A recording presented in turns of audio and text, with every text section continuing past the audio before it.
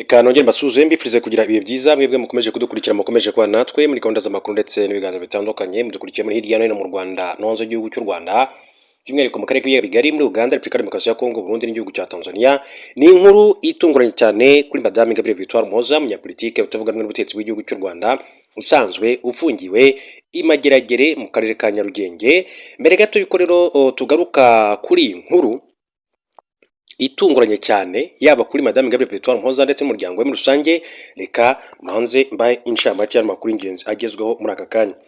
Mabwire ko Claude Ibaranki Ekoromba wabaye umuhuzabikorwa w'urwego rwa Repubulika ya Demokarasi ya Kongo rushinzwe gukurikirana iyubahirizwa ry'amasezerano ya Addis Ababa agamije kugarura amahoro muri iki gihugu yibasiye bikomeye cyane Perezida Felix Tshisekedi amwita inkoramaraso. Uyu munyapolitike yahoze ari mu bantu ba hafi ba Perezida Felix Tshisekedi, byatumye rero amuha inshingano nyinshi kandi zikomeye zirimo kumuragiza ibijyanye n'iyubahirizwa ry'amasezerano y'amahoro, kumugira ambasaderi udasanzwe wa Repubulika ya Demokarasi ya Kongo n'intumwa ye yihariye. Byagaragaye ko Ibaranki Ekoromba atagikorana na Tshisekedi muri Mutarama ubwo yahuraga n'abayobozi b'ibiro rya FC23 mu mujyi wa Goma, agatangaza ko ashaka gukorana nabo mu bujyanama ndetse akanagaragara mu nzobere zajyanye n'intumwa z'iri huriro mu biganiro by'amahoro byabereye i Montreuil mu Busuwisi muri Mata 2026. Kuwa 14 Kamena, Ibaranki Ekoromba yatangarije ku rubuga X ko yise Perezida Felix Tshisekedi ingwe nkuru itagifite amenyo, yifashisha abashinzwe umutekano, ivanguramoko, amafaranga, ruswa, kunyereza umutungo n'ibindi bibi byinshi mu gukandamiza abaturage. Yagize ati mu rwego rwa gisirikare ARC ya AFC23 yamaze kumunesha, ati nta rugamba atsinda.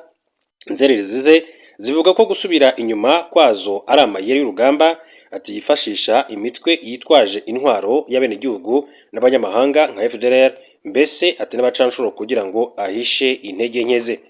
Ibaranki yatangaje ko isura ya diplomasi mbi ya Perezida Felix Tshisekedi iri kugenda kandi igaragara, aho n'abasanzwe kandi bamuryamyeho batangiye kandi guhishurirwa ko bakorana n'umutekamutwe mu rwego rwa politike, nyuma yaho kandi abigaragambyaga tariki ya 12 Kamena 2026 barwanya umugambi wo guhindura itegeko nshinga bakorewe urugomo rukomeye. Ubu rero yashyizwe ku karubanda, umwami nta mwenda ati asigaranye, yambaye ubusa, ati ibiganza bye ati byuzuye amaraso, ariko umuturirwa wubatse ati ku musenyi uzasenyuka vuba. Ibaranki yatangaje ko mu gihe kandi utegetsi buri guhirima, Tshisekedi azakora ibintu byose, agerageze kandi byose, asezeranye abaturage byose, atange byose, ari kurwana ndetse no kubyuka, ariko ko ntacyo bizatanga kuko yakoze bibi byinshi bitamwemerera kandi guhaguruka. Utazakora amakosa yikurikiranya kugeza ubwo ibye bizarangira burundu. Nyuma yaho rero imyigaragambyo kandi yiciwemo bamwe mu bigaragambyaga, abandi bagakomereka. Ibaranki nabwo yibasiye Tshisekedi n'umugore we Denise Nyakero, agaragaza ko nta muyobozi wakabaye kandi yizihiza isabukuru mu gihe kandi abaturage bari mu kiriyo. Akaba rero uyu ni Claude Ibaranki Ekoromba yakoze rero imirimo ikomeye cyane ubutegetsi bwa Perezida Felix Tshisekedi, ariko nyine nyuma baza kutumvikana. Hanyuma reka duce muri Afurika y'Epfo mbere gato yuko tujya kuri Madame Ingabire Victoire Umuhoza, mbabwire ko amakuru aravuga yuko Minisiteri y'Umutekano imbere mu gihugu cya Afurika y'Epfo yatangaje ko nyuma yuko Perezida Cyril Ramaphosa avuze ko agiye gukaza ingamba ku bijyanye n'abimukira, mu cyumweru kimwe abanyamahanga 2745 basubijwe mu bihugu byabo. Byatangajwe na Minisitiri w'Umutekano w'imbere mu gihugu w'iki gihugu Laurent Skrebel tariki ya 14 Kamena 2026, agaragaza ko intego zabo ziri kugerwaho. Ati kugeza mu ijoro ryashize, ati imibare twatanga ni 2745 bamaze kujyanwa iwabo muri iki gihe, ati kuva Perezida yabivugaho. Bibaye mu gihe kandi hari hamaze iminsi urugomo n'imyigaragambyo byibasira abanyamahanga bari muri iki gihugu bizwi nka xenophobia. Ni imyigaragambyo yakorwaga n'abaturage bo muri Afurika y'Epfo basaba ko hakazwa ingamba zijyanye n'abinjira n'abasohoka mu gihugu. Bavugaga ko hari abantu bari mu gihugu cyabo batagira ibyangombwa, bagashinja abanyamahanga kugira kandi uruhare mu byaha ndetse no gutwara akazi abenegihugu. Bashingiraga ahanini ku kuba Afurika y'Epfo kandi ifite ikigero cy'ubushomeri cya 30% ndetse ikaba ituwe 51% by'abimukira. Kuva ku itariki ya 7 Kamena 2026 nibwo Ramaphosa yatangaje ko guverinoma iri gushyira imbaraga mu gukemura ibibazo bikigaragara mu rwego rw'abinjira n'abasohoka muri iki gihugu cya Afurika y'Epfo. Reka rero twihuse kandi mbabwire ko mu yandi makuru akomeje kugenda avugwa, mbabwire ko witwa Sergei Lavrov, ngira ngo muramuzi cyane, ni minisitiri w'ububanyi n'amahanga w'Uburusiya, akaba yashinje Ubudage kugaragaza icyo yise imyumvire y'abanazi, abishingira ku kuba kandi bukomeje ubufatanye bwa gisirikare na Ukraine. Mu kiganiro yagiranye n'abanyamakuru kuwa mbere, Lavrov yavuze ko amagambo aherutse kandi gutangazwa na minisitiri w'ububanyi n'amahanga w'Ubudage Johanni Wadephul agaragaza ko ingabo z'Ubudage zigiye kandi gukorana byafi n'iza Ukraine mu gusangira amasomo y'intambara ari ikimenyetso kandi cy'uko igihugu cye gikomeje kwinjira mu ruhande rwa Ukraine. Sergei Lavrov yavuze ko icyo gikorwa ari ugukorana n'abo yise abanazi bashya, yongeyeho ko Ubudage kandi butakihishira ahubwo buri kugaragaza icyo yise imizi n'imyumvire y'abanazi. Sergei Lavrov yanenze kandi perezida wa komisiyo y'Uburayi Ursula von der Leyen amushinja gushyigikira intambara ya Ukraine, ayita urugamba rwo kurengera indangagaciro z'Uburayi, nyamara ngo hakirengagizwa uburenganzira bw'abavuga Ikirusiya muri Ukraine.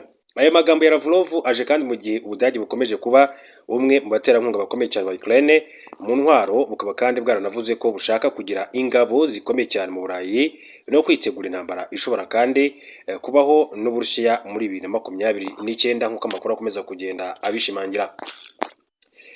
Reka rero tujye kuri Madame Ingabire Victoire Umuhoza uko nabibabwiye hejuru, mbabwire ko amakuru agezweho nuko uyu Madame Ingabire Victoire Umuhoza, uyu munyapolitiki utavuga rumwe n'ubutegetsi, akaba rero yarabwiye urukiko rukuru rwa Kigali ko atiteguye kandi kuburana urubanza mu mizi kuko hari impamvu enye zirimo no kutabasha kandi guhura nabo bareganwa ngo abashe gutegura neza urubanza. Ubushinjacyaha kandi buvuga ko ari ubutesi. Yabigarutseho ku wa 15 Kamena 2026 ubwo yagezwaga mu rukiko ngo aburane ibyaha akurikiranyweho. Ingabire Victoire Umuhoza akurikiranyweho ibyaha byo gushyiraho umutwe w'abagizi ba nabi, guteza imvururu, kugira nabi ubutegetsi buriho, gukwirakwiza amakuru atariyo cyangwa se icengezamatwara rigamije kandi kwangisha leta y'u Rwanda mu bihugu by'amahanga, gutangaza amakuru ibihuha, gucura umugambi wo gukora ibyaha byo kugira nabi ubutegetsi buriho n'icyo kwigaragambya. Ni ibyaha bishingiye ku mahugurwa yahawe abayoboke b'ishyaka ritemewe mu Rwanda ya Darifa Murinzi muri 2021, aho bahugurwaga n'abanyamahanga hifashishijwe igitabo cyitwa Blueprint for Revolution cyanditswe n'Umunyaserbia Srda Popovic. Abari bitabiriye amahugurwa bayobowe na Sibomana Sylvain ufatwa nk'umuhuzabikorwa wayo nibo bareganwa na Ingabire Victoire Umuhoza. Mbere yuko ubushinjacyaha kandi buhabwa umwanya wo kugaragaza ibyaha bakurikiranye kuri Ingabire Victoire Umuhoza, uregwa yahise azamura ikiganza agaragaza ko atiteguye kuburana.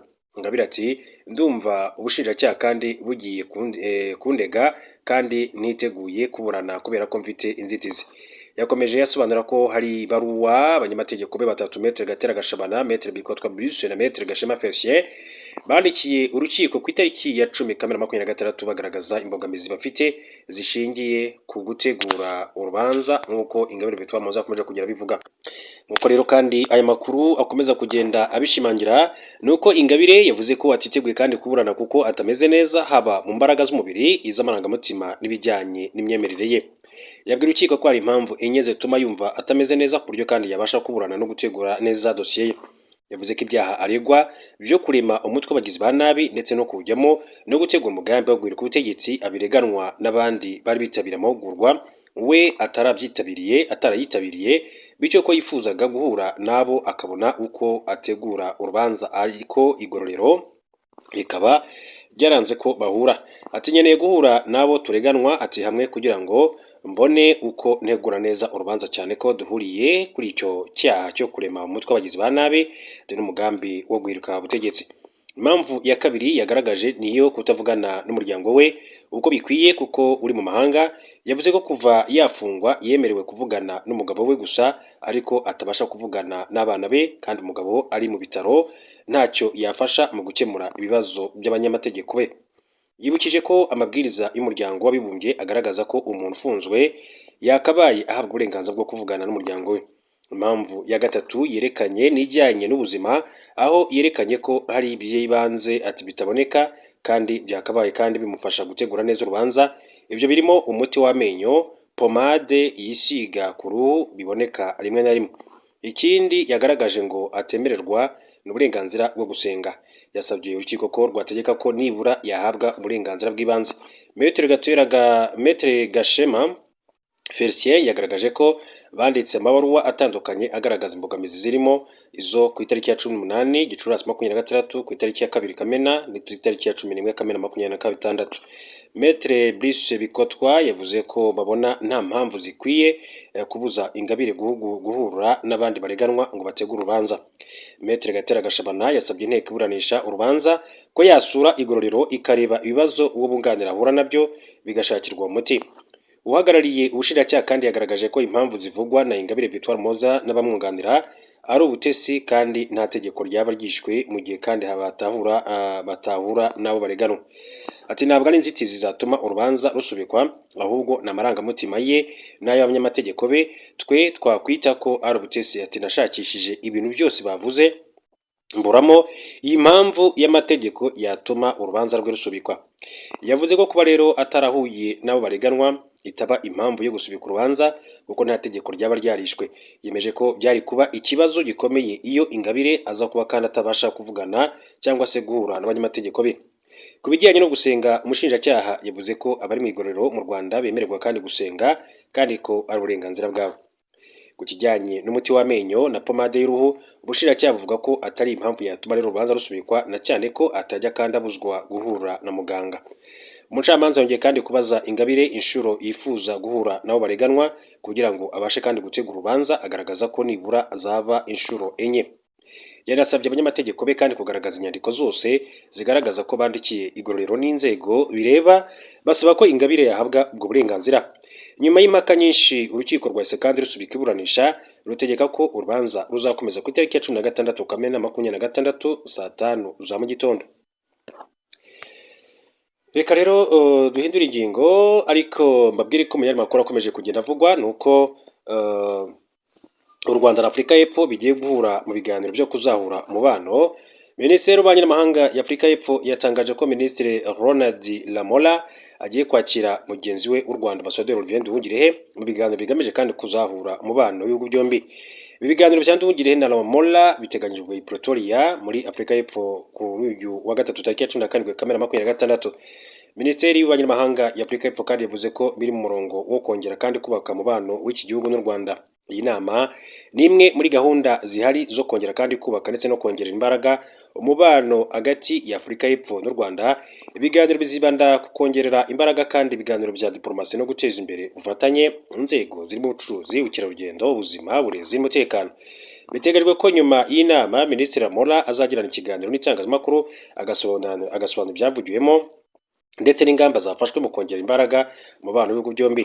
Iyi nama ije mu gihe kandi amaze igihe ari agatotsi mu mubano w'u Rwanda na Afurika y'Epfo. U Rwanda rushinja iki gihugu kandi gucumbikira abafite imigambi yo kurungabanyiriza umutekano.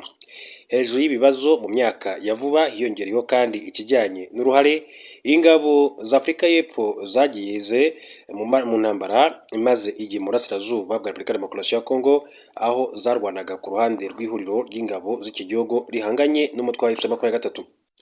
U Rwanda rwagiye kandi ruburira kenshi Afurika y'Epfo ko kwinjira muri iyi ntambara yari irimo n'imigambi yo kurungabanyiriza umutekano yagiye ku karubanda. Ubwo umujyi wa Goma kandi wafatwaga na M23 igasanga ahandi harunze intwaro zikomeye cyane zari kwifashishwa muri mugambi. Muri Mutarama 2025 Perezida wa Afurika y'Epfo Cyril Ramaphosa yagezaho avuga ko ingabo z'u Rwanda ari inyeshyamba. Iyi mirwano yatangijwe n'umutwe witwaje intwaro wa M23 ndetse n'inyeshyamba ati z'ingabo z'u Rwanda RDF nk'uko yabivuze, ataho bihanganye n'ingabo za FARDC bagabye ibitero ku ngabo ati ziri mu butumwa bw'amahoro bwa SADC ati muri Repubulika ya Demokarasi ya Kongo buzwi nka SAMIDRC. Perezida Kagame nyuma yaje kumukosora amubwira ko RDF ni igisirikare ntabwo ari inyeshyamba, SAMIDRC ntabwo ari ingabo ziri mu butumwa bw'amahoro ndetse nta mwanya zifite muri ibi bintu. Nyuma yo gutsindirwa Igoma, ingabo za Afurika y'Epfo nizo mu bindi bihugu bya SADC zasabye inzira u Rwanda ndetse ziza kuyihabwa zisubira iwabo.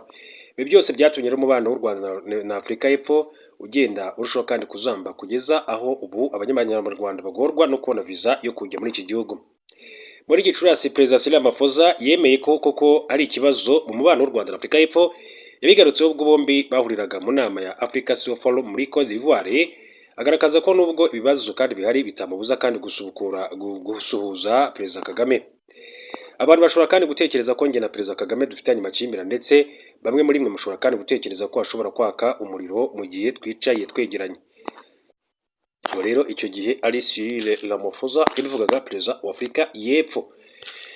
Reka rero mbabwire ko mu yandi makuru akomeje kugenda avugwa, reka dukomereze kuri iyi nkuru, mbabwire ko uwakoze inyandiko mvugo y'uko Bagosora yari kuba perezida yahishuye uburyo mugambi wamupfubanye. Senyoni Alphonse wari umwe mu bari mu myanya ikomeye cyane mu gisirikare cy'u Rwanda ngo Jenoside yakorewe Abatutsi yari yegereje, yishyuye ibyabaye mu ijoro ryo ku itariki ya 7 Mata mu 1994 ubwo indege yari itwaye Habyarimana Juvenal yari yaraye kandi hanuwe, maze Colonel Theoneste Bagosora agahita yemezwa nk'umusimbura we, ariko biza kumupfubana mu gihe gito. Senyoni Alphonse kuri ubu umaze igihe kandi ari umunyamabanga wa Komisiyo y'Igihugu yo gusezerana no gusubiza mu buzima busanzwe abari abasirikare, yavuze ko ku ngoma ya Habyarimana yari umwe mu basirikare babashije kandi kugera mu nzego zo hejuru. Yavuze ko yinjiye muri Exfal mu 1984 nyuma agahabwa amahirwe yo kujya kwiga amahanga ibijyanye n'ubunyamabanga, bituma mu 1987 ahabwa gukorera mu bunyamabanga bw'ubuyobozi bukuru bw'ingabo. Uwo mwanya yawubayemo, ariko bigeze mu 1990 yoherezwa mu kigo cya gisirikare Gako mu buhuzabikorwa bw'ubunyamabanga n'icungamutungo asimbuye wari uhari, kuko muri uwo mwaka aribwo urugamba rwo kubora igihugu rwari rwatangiye. Senyoni Alphonse yakoze muri icyo kigo, bamwe mu basirikare kandi bahabarizwaga batangira kwerekeza i Nyagatare ku rugamba, ndetse nawe byabaye ngombwa ko ajya gukorerayo iby'ubunyamabanga. Iyi mirimo yarayikomeje kuko bigeze mu 1994 ubwo Jenoside yabaga ariyo agikora, ndetse niwe wakoze inyandiko mvugo nyuma yahuje abasirikare bakuru yakurikiye ihanurwa ry'indege ya Perezida Juvenal Habyarimana wari perezida. Ati bukeye tariki ya 7 Mata mu 1994 nimugoroba nibwo Bagosora wari chef de cabinet muri Minisiteri y'Ingabo yateranyije inama y'abofisiye bakuru ibera mu cyahoze ari École Supérieure Militaire, ubu ndakeka ari muri UR Siste, ngo ni muri Kiste. Ati kubera ko inama rero zabaga, ati bakandikisha intoki, abakoze iyo nama bazanye izo nyandiko, ati mu bunyamabanga bw'igisirikare, ati nzandikisha imashini noneho tuzoherereza muri Minisiteri y'Ingabo. Imwe mu ngingo nkuru yari yemejwe muri iyo nama niyagenaga Bagosora ku mwanya wa perezida ngo asimbure Habyarimana Juvenal wari waraye yishwe. Ati iyo nama rero yari yasojwe yemeje ko Bagosora ari we ugomba kuba perezida wa Repubulika agasimbura Habyarimana wari wapfuye. Bigeze muri Minisiteri y'Ingabo twari dufiteyo abafaransa bakoreraga mu by'ubufatanye bwa gisirikare, barebye inyandiko mvugo iyo nama uko imeze, baravuga bati nimuramuka mugize Bagosora perezida, inkotanyi zirahita zibashinja ko ari mwe mwahanuye indege mugahirika ubutegetsi. Yakomeje asobanura ko abo basirikare kandi bakuru bagiriwe inama n'abo bafaransa yo gukurikiza uko amategeko ateganya, nabo barabyumva. Ubwo inzozi za Bagosora kandi zo kwicara mu ntebe isumba izindi mu gihugu ziba zirangiriye aho ngaho. Icyo gihe kandi bahise bafata abasirikare barindaga perezida bajya kuzana Sindikubwabo Theodore wari Butare. Hagati aho ariko Jenoside yari yatangiye gukaza umurego, kuko Uwiringiyimana Agathe wari minisitiri w'intebe bari bamaze kumwica, na Kavaruganda Joseph bamaze kumwica. Abasirikare barindaga umukuru w'igihugu bari bari kujagajaga i Kigali, hamaze kandi gupfa abantu benshi. Nabo ntibumvikanaga kuko bapfaga ko bamwe batashyigikiraga ubutegetsi bwa Habyarimana, abandi bapfa iby'inkomoko mu ntara y'Amajyepfo nk'uko amategeko yabiteganyaga icyo gihe. Mu gihe kandi perezida wa Repubulika atabashije kandi gukomeza inshingano ze, yashoboraga gusimburwa na minisitiri w'intebe cyangwa se perezida w'inteko ishinga amategeko, kuko minisitiri w'intebe Uwiringiyimana Agathe yari amaze kwicwa no gukurikiza amategeko, ndetse n'inama y'ingabo z'abafaransa zari mu Rwanda. Sindikubwabo akaba rero wari perezida w'inteko ishinga amategeko icyo gihe, niwe wagombaga kandi gusimbura perezida, ariko yari Butare. Kubera guhuzagurika rero ndetse no kudahuza ko abasirikare barindaga umukuru w'igihugu, rero byatumye kujya kumuzana bikorwa nabi, ndetse ntibari bazi impamvu bagiye kandi kumuzana i Kigali bitewe n'umwuka ubwicanyi wari barimo. Senyoni Alphonse ati babasirikare barindaga umukuru w'igihugu bagiye kumuzana bazi ko aje kwicwa, bamuzana nabi. Ati mu gakamyoneti, ati bari bakuye mu babikira, ati bamuzana atanambaye amasogisi. Bamuzanye ati mu buyobozi bukuru bw'ingabo, nawe yaje ahinda mushyitsi azi ko agiye gupfa. Ariko bigeze nimugoroba kuri Radio Rwanda ahita itangazo ko ari wabaye perezida ubwo Jenoside yakomeje. Ati duhungira muri Repubulika ya Demokarasi ya Kongo, ati ngiye nambukira i Bukavu. Senyoni Alphonse yavuze ko yabaye muri Repubulika ya Demokarasi ya Kongo kugeza muri 2010, afata umwanzuro wo gutaha ndetse mu bana batanu yatahanye nabo batatu barihiwe amashuri n'umuryango Imbuto Foundation. Ikindi yishimira nuko leta yongeye kandi kumugirira icyizere, ubu akaba amaze kandi imyaka 15 n'umunyamabanga wa komisiyo ishinzwe gusubiza mu buzima busanzwe, ndetse agira inama abakiri mu mashyamba Repubulika Demokarasi yo gutaha mu Rwanda kuko rukibategeye amaboko, ndetse agasaba abanyarwanda muri rusange gukomeza kandi kumbatira ubumwe nk'uko yakomeje kugenda abigarukaho. Yitwa Senyoni Alphonse. Ngibyo rero nawe yari umusirikare ukomeye cyane muri Expar cyangwa se mu ngabo